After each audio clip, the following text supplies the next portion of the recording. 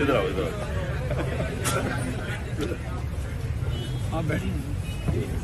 بسم اللہ الرحمن الرحیم. خان صاحب کے سامنے بولنا میرے بس کا روک تو نہیں تھا، لیکن میں نے اپنے آپ پر بھی زبردستی کی اور آپ سارے دوستوں پر مجھے معاف کر دینا. خان صاحب کا رات کو جو سیرت النبی پر خطاب تھا، میلاد رسول پر فاطمہ جناح پارک میں، وہ دلوں کے اندر جانے والا خطاب تھا. میں اچھی تقریر نہیں کر سکتا، لیکن میں تقریر کو سمجھتا ہوں.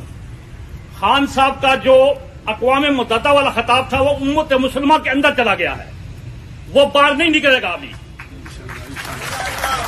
یہ جس مافیا کے پیچھے خان صاحب آپ لگے ہوئے ہیں، ان کے انشاءاللہ یہ آخری تہین کی، یہ آخری دور میں داخل ہو چکے ہیں.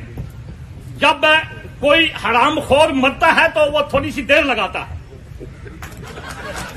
آپ صبح کی اذان سے 1 گھنٹہ پہلے اٹھ جایا کریں تہجد کی نماز میں، تہجد کی نماز پڑھیں.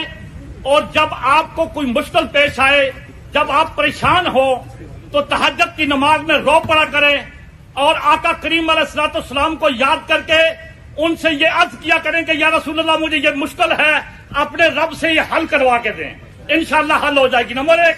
نمبر 2، خان صاحب تعلیمی نصاب، یہ اتنا بڑا کام ہے جو صدیوں بعد یاد رہے گا. تعلیمی نصاب جہاں جہاں پر آپ کے پاس حکومت ہے، تعلیمی نصاب کم از کم میٹرک تک 1 کر کے جائیں اس دنیا سے. اور دوسری بات، تھانہ اور کچہری، یہ اگر ٹھیک ہو جائیں تو خان صاحب پورا پاکستان تو آپ کے ساتھ ہے، ہم سب آپ کے ساتھ ہیں. جس ریل پر آپ جا رہے ہیں، اللہ کریم آپ کو کامیاب کرے گا اور ہم سب آپ کے ساتھ کھڑے ہیں.